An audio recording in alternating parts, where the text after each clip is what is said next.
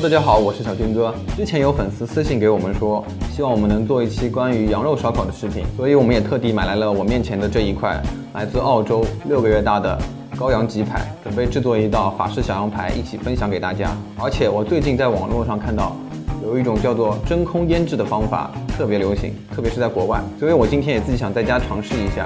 一半的羊排我们用真空腌制的方法，另外一半我们用传统的腌制方法，最后来对比一下到底哪一块更好吃。那废话不多说，我们赶紧制作吧。首先我们先分割一下这个羊排，处理这个整块的羊排，我们只要沿着这个肋骨切开来就可以了。OK， 我们一共分成了7块，我们拿走3块作为正常的腌制，然后保留4块。这4块的话，我们就会用真空腌制的办法去腌制它。我们先给真空腌制的羊排上一层底味，首先用盐，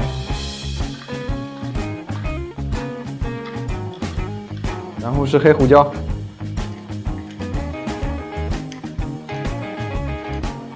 好，接下来我们准备真空腌制。真空腌制，首先我们会用到一个真空蛋，然后橄榄油和大蒜，还有新鲜的迷迭香、新鲜的薄荷叶。好，首先我们把羊排先放进去，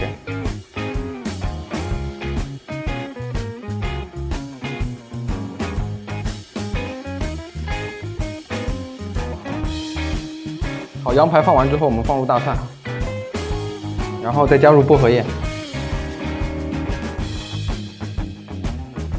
在这里我们可以多加一点薄荷叶，因为薄荷叶和羊排是绝配。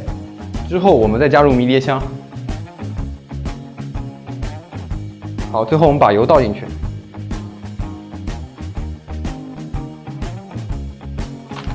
之后我们再摇一摇，让它每个调料都均匀的沾到。在这里我要向大家解释一下，为什么我这次会选用真空腌制。那是因为新鲜的植物和肉类是在真空的环境下，细胞膜和细胞壁会胀大，真空腌制会更有利于盐分和佐料的渗入，口感也会更好。现在我们这份真空腌制的羊排就已经腌制完毕了，我们需要放到冰箱冷藏1个晚上。我们明天再见吧。OK， 经过1晚上的等待，我们这边真空腌制的羊排已经腌制的差不多了。然后我们再用传统的腌制方法去处理一下这边的羊排。好，腌制这一份羊排，我们也用刚刚那些原材料。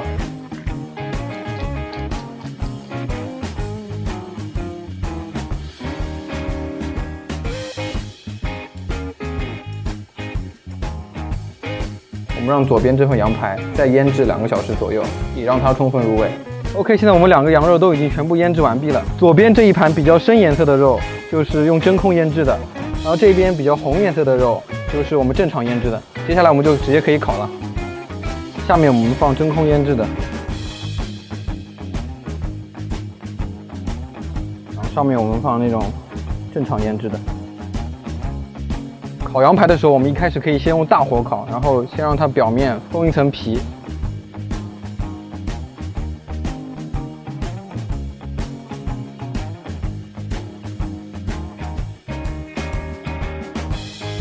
第一面我们现在已经烤得差不多了，我们翻个面继续烤。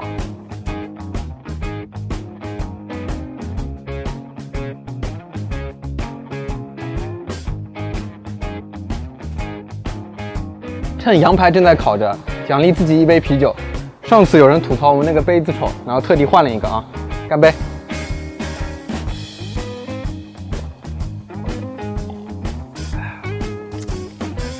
现在羊排的表面已经烤得差不多了，然后我们把羊排架在烤盘的4周，然后处于火力这种较微弱的地方，慢慢烤它。现在。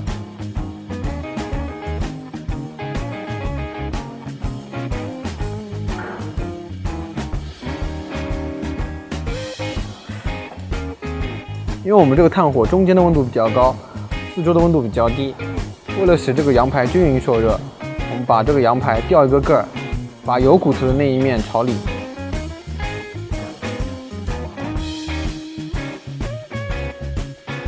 最后一口啤酒了。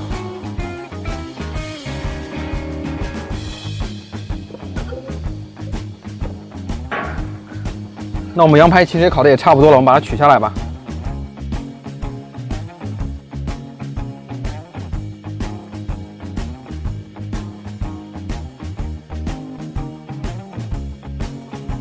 OK， 我们羊排就已经全部烤完了。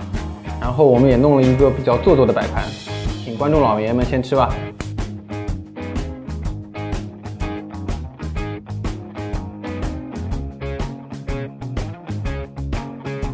OK， 我现在来试吃一下。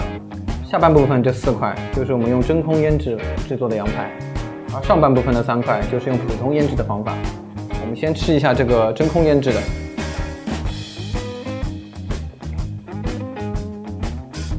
这羊排吃起来真的超级嫩，而且里面的滋味是特别的足，能吃到那种香料的味道。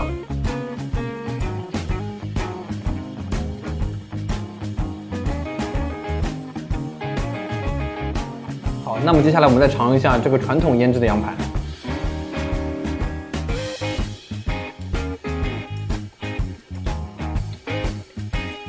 这个羊排的话，味道也不错，就是吃起来也是相当的嫩，而且里面的味道也挺足的，特别是盐分的味道。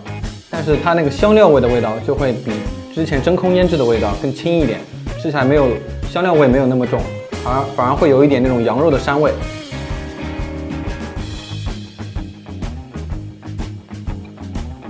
刚刚这块肉表面上面有个迷迭香，然后一起咬到嘴巴里面，真的是非常的香。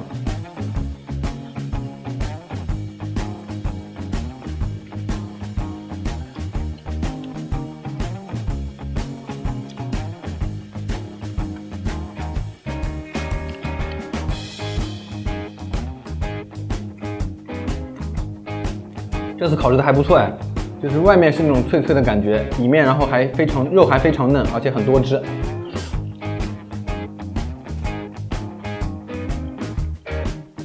连着那个肥边一起吃，真的是太完美了。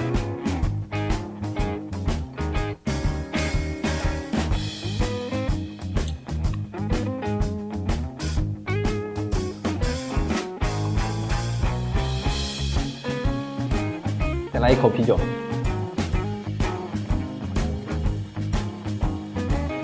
过瘾，再尝一块这个真空腌制的。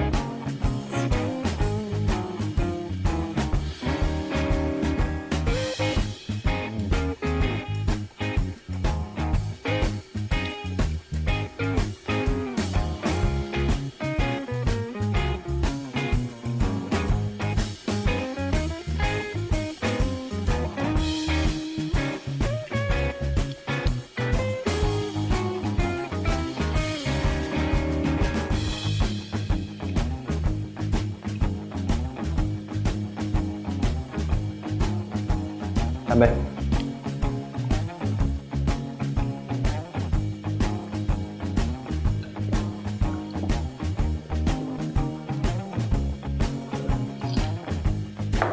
好，那么我的试吃阶段就已经全部结束了。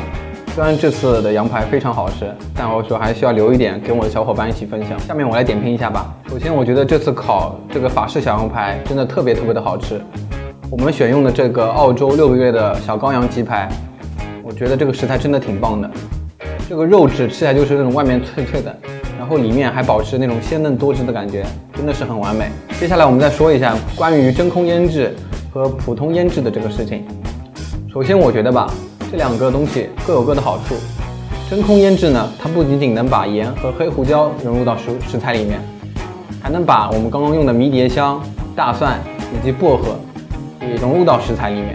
吃的时候会把那个调料的香味也会反上来，而普通方法的腌制呢，它会让盐的味道和黑胡椒的味道更多的融入在食物里面，而那种调料的味道它会浮于表面，但是最后反上来的会是食材本身的味道，就是好比我们这次羊排的话，就会有那种羊肉的味道很重，但是我个人还是挺喜欢这个羊肉的味道的，所以我觉得2者各有各的优点吧。